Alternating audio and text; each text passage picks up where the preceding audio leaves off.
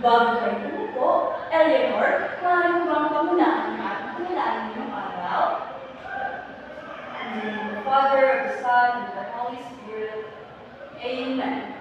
Ngayon, mga bata, bago kayo umupo, ay maaari bang pulutin ninyo ang mga kalat na nasa iyong paligid at ayusin ang inyong mga upuan? Tapos na ba ang lahat? Ngayon, maaari na kayo umupo. Tingnan niyo ang linis na ng ating kapaligiran. Kapag ganito lagi ang paligid, mas masarap matuto. Handa na ba kayo mga bata? Sige, ngayon, mayroong iba ba sa ating klase? Mabuti naman ng lala. Mga bata, bago tayo magsimula, ay narito muna ang aking mga tuloy sa klase. At ito ay natawag natin 4 na M's yung mag-aaral na mahusay. Kaya lang ha?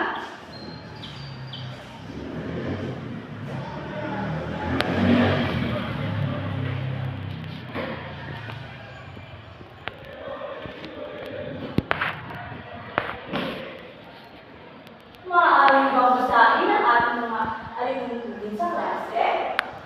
Una, tama, makinig ng mabuti. Kapag may nagsasalita sa harap, ay kayo ay maaaring tumahimik at ang iyong atensyon ay nasa dulo.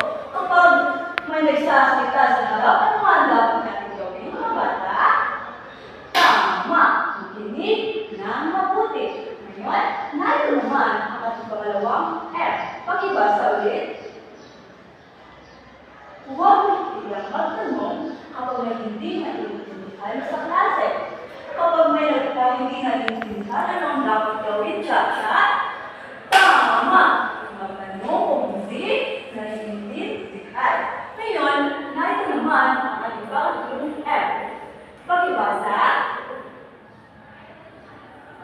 Lagi gumamit ng po at opo at igalang ang inyong klase o ang bawat isa.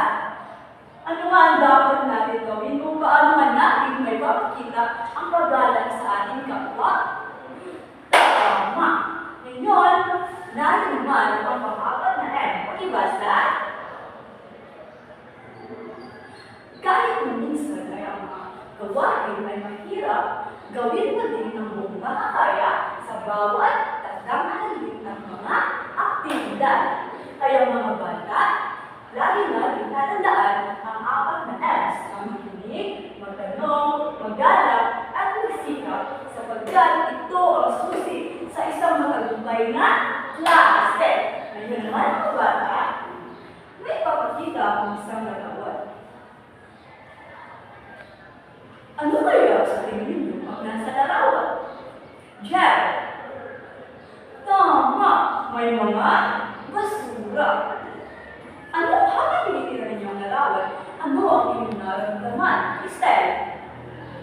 Tama, maaari tayo ay magiging malulungkot kapag may nakita tayo mga basura sa ilog. Mga bata, sa tingin ninyo, bakit kaya may mga basura sa ilog? Jehan. Dahil? Tama, dahil may mga tao nagtatapon ng basura dito.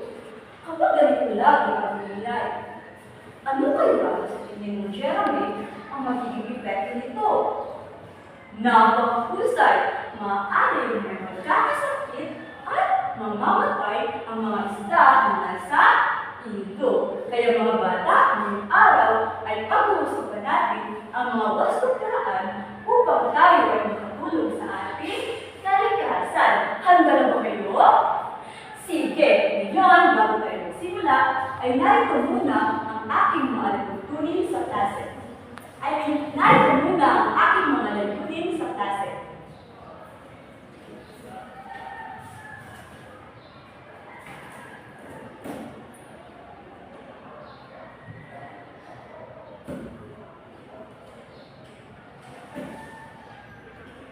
Teka lang muna mga bata ha.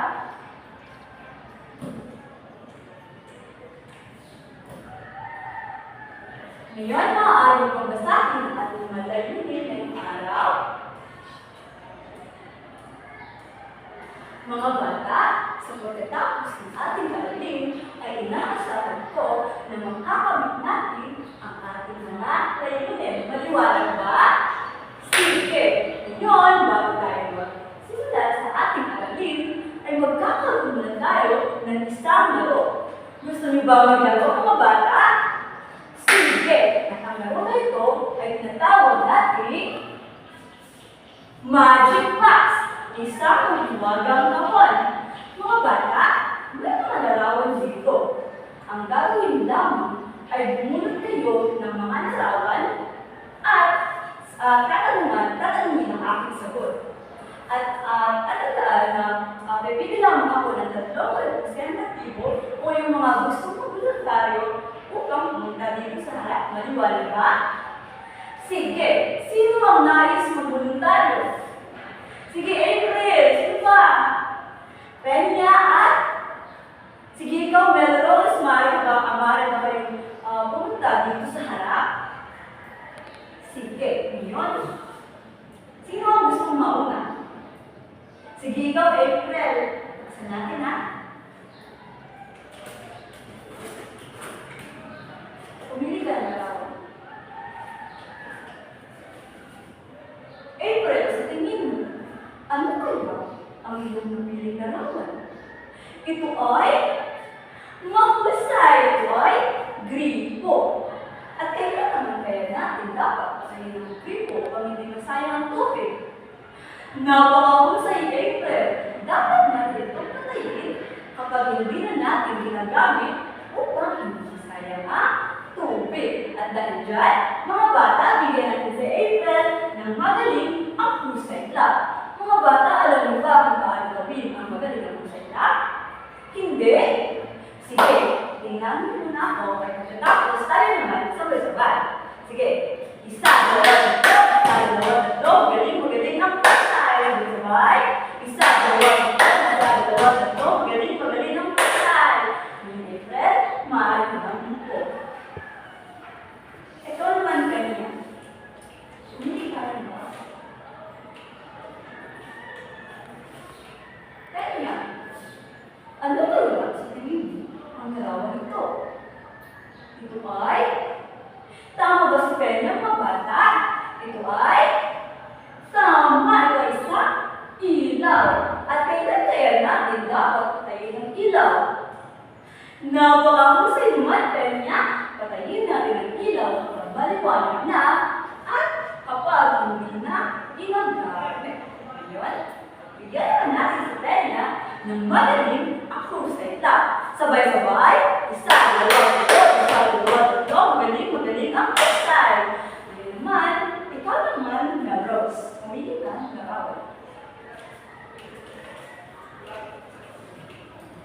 Melrose, ano kaya sa tingin mo ang larawan ito? Ito ay tama, mga bote. At ano kaya dapat natin gawin sa mga bote? Napakahusay, maaari natin itong i-recycle. Ngayon, mga bata, ay nakumuha natin ang mga wasakaraan o ang mga bagay na dapat natin i-recycle. Ngayon, gusto niyo pa ba maglaro, mga bata? Sige! At ang laro ito ay gagawin natin bilang isang masayang gawain ng isang grupo. Gusto niyo ba yun? Sige! Ngayon, sa unang hilera, pangalawa, at pangatlo, kayo ay magiging pangkakisa. Sa kaliwang bahagi naman, ang unang hilera, pangalawang hilera, at ang pangatlo ay kayo ang magiging pangkat-dalawa. At yung mga hindi natawag na sa likuran ay kayo naman ang pangkat-tatlo. Maliwanag ba? Sige! Ngayon, mga bata, may mga ipapakita ang mga larawan. Sa bawat grupo ay ang mga larawan ito ay maaaring nang idikit sa tamang kategorya. Kung ito ba ay mabibilang sa tubig,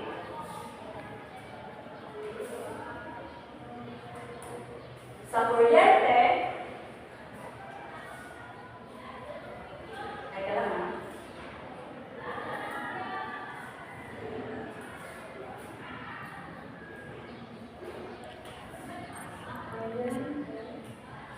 o sa pag-recycle.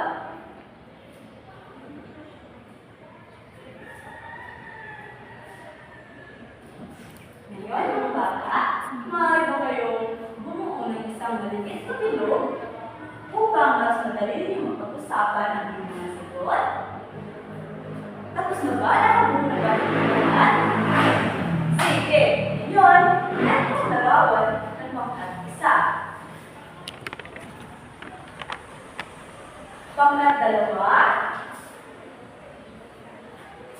at ang pangkat-tatlo.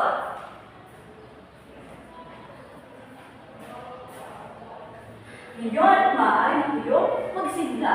Tandaan, mayroon lang po kayong 2 minuto at pagkatapos ng 2 minuto ay isang representative lamang ang pumunta sa harap upang idikit ang mga larawan sa tamang kategorya. Maliwanag ba mga bata? Sige, ngayon ay maaari na kayong magsimula.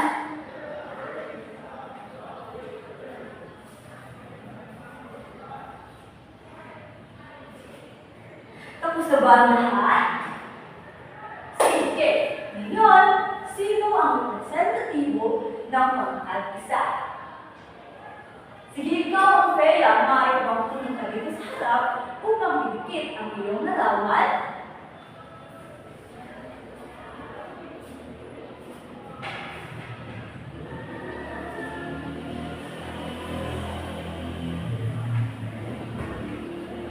Althea, ano ang iyong magiging larawan? Ano ang larawan ng iyong anak?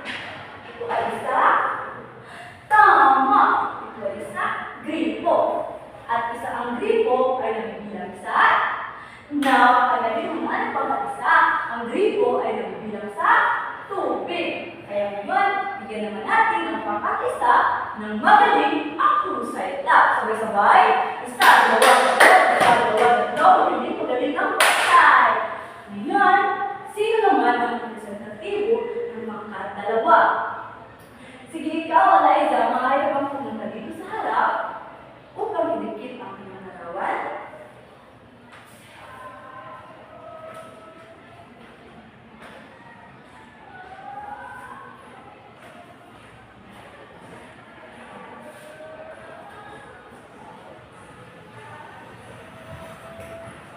Ngayon, Liza, ano ang iyong larawan? Ito ay isa? Tama! Ito ay isa ilaw. Ang ilaw ay nabibilang sa napakagaling. Ang ilaw ay nabibilang sa kuryente. Ngayon naman, mga bata, sino ang representatibo ng pangkat-tatlo?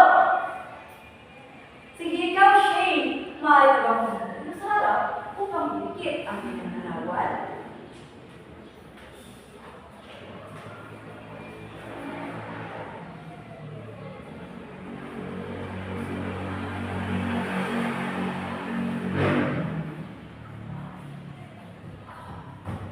Shane, ano kaya sa tingin mo ang larawan ito?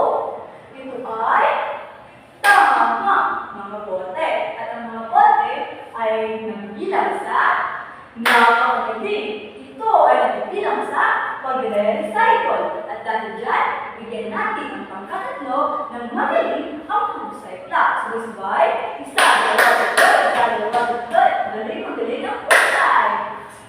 Ngayon, mga bata, natin tatandaan na kapag tayo ay hindi nagsasayang ng nag-action ng tubig, ng kuryente, at ng mga gamit, ito ay tinatawag na, may ideya ba kayo?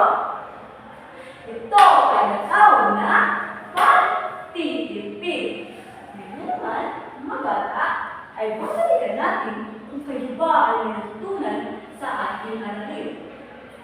Ano nga ba ang tawag sa kapag hindi tayo nagsasayang ng mga gamit, tulad ng tubig, kuryente, at iba pang mga gamit? Ano po yung tawag doon? Ito ay napakagaling. Ito ay pagtitipid.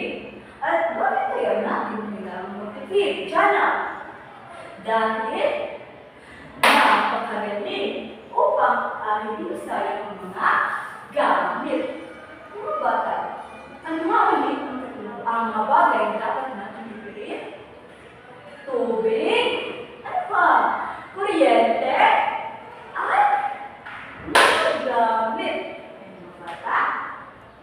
Ngayon ay batid na nalaman na ang mga bagay na dapat natin tutunin.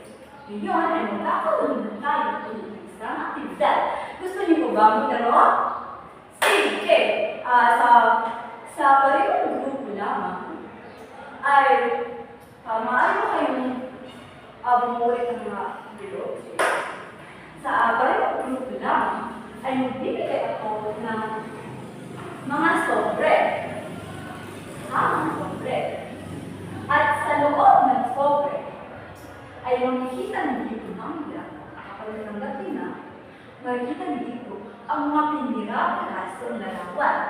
At ang gagawin ko dito ay buuin dito at pagkatapos ay kapag nabuo nila ay maaari ninyong ilikit sa tamang kategorya. Kung ikulit ba lang nila sa tubig, sa kuryente, at sa kuryente sa karton. Paliwanag ba? Sige. Ngayon ay ito ang sobrang isa, pangkatalawa, at pangkatlo. Sige. Ngayon mga bata, tatandaan na mayroon lang kayo 2 minuto upang mag-usapan at buuin ang inyong mga larawan. At pagkatapos ng 2 minuto ay maaari ikit ang mga larawan sa pisara. Maliwanag ba mga bata? Sige. Ngayon maaari kayo magsimula.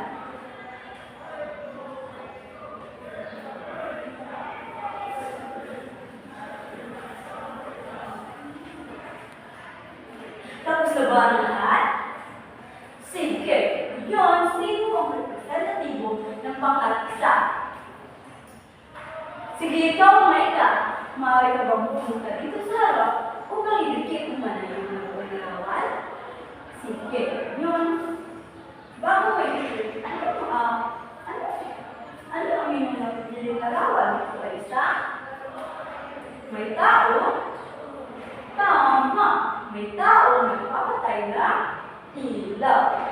At sa tingin mo, Micah, ano kaya kung saan ka pinulong ngayon ng ilaw? Ito ay, sige, repeat mo.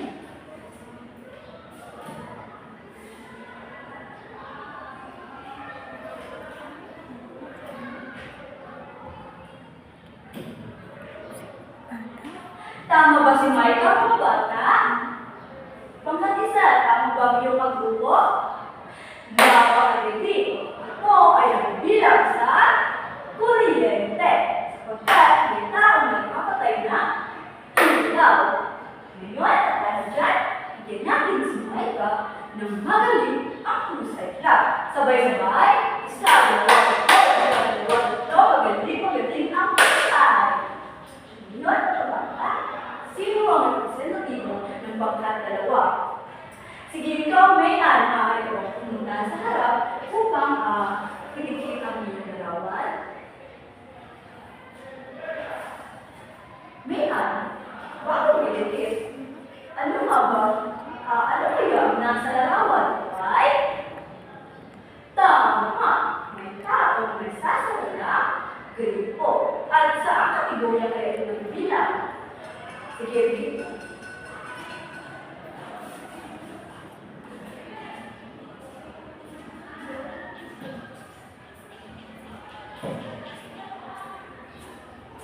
Ito ay nagbilang sa tama.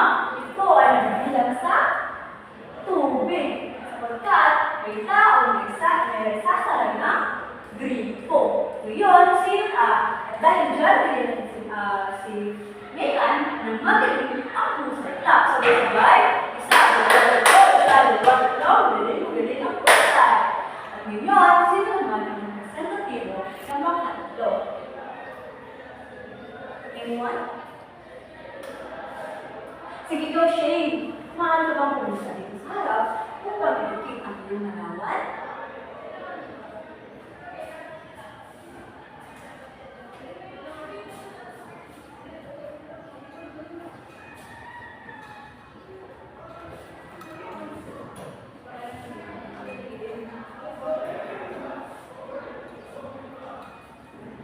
Shane, ito ano kaya ang nakita mo sa larawan? Lisa? O mga tama, may mga bote, may lata, at may papel. Ngayon, again, sa shade, o ang magkatlo ng magaling ang recite lab. Sabay-sabay, isa, dalawa, tatlo, isa, dalawa, tatlo, magaling ang pusay. Ngayon, mga bata, susubukan ang mga meron ba kayong natutunan sa ating halip? Ngayon ay magkakaroon tayo ng isa pagsusulit. Huwag kayong mag-alala sapagkat ito ay may lamang at dali lamang sasagutan sapagkat ang mga nasa sagutang papel ay yung mga alin natin kanina. Ngayon, pakipasa.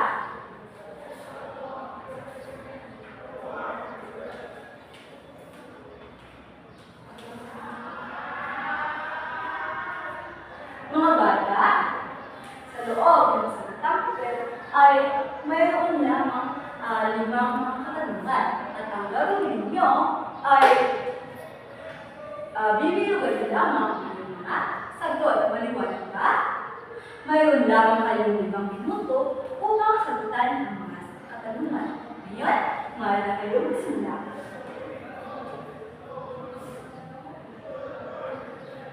Tapos na ba ang lahat? Sige, pakipasa sa harap at ang mga bata.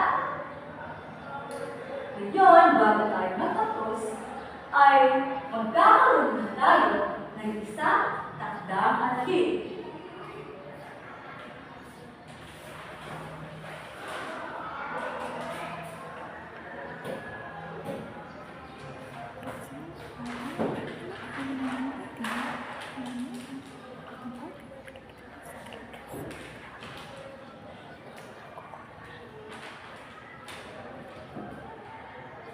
Alam mo na,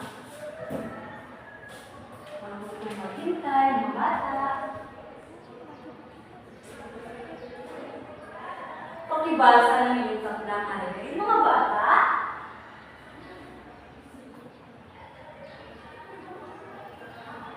Ang gagawin lamang dito ay babasahin niyo ang bawat mabuti ang bawat pangungusap at kung tama ang ginagawa ng pangungusap na ito ay gumawa kayo ng isang masaya na larawan at isang masaya na larawan. Kapag sa tingin naman ay ito ay mali, ay ang gugulitin mo ay isang malungkot na mukha.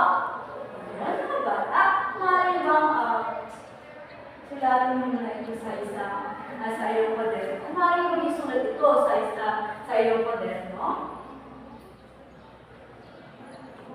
Tapos na ba? Sige. Ipapasunod na ang mga takdang sa susunod nating pagkikita.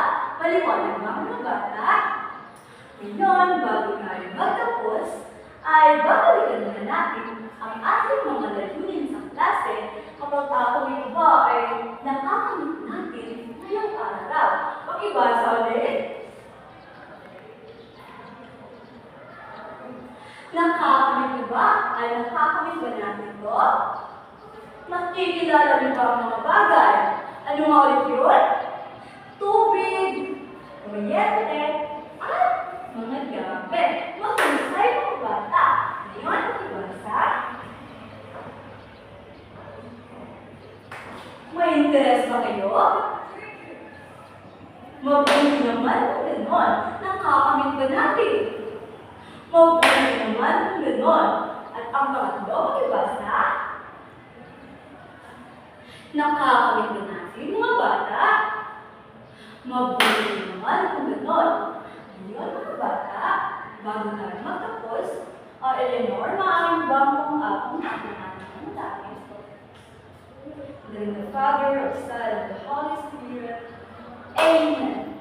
Ngayon mga bata, maraming salamat.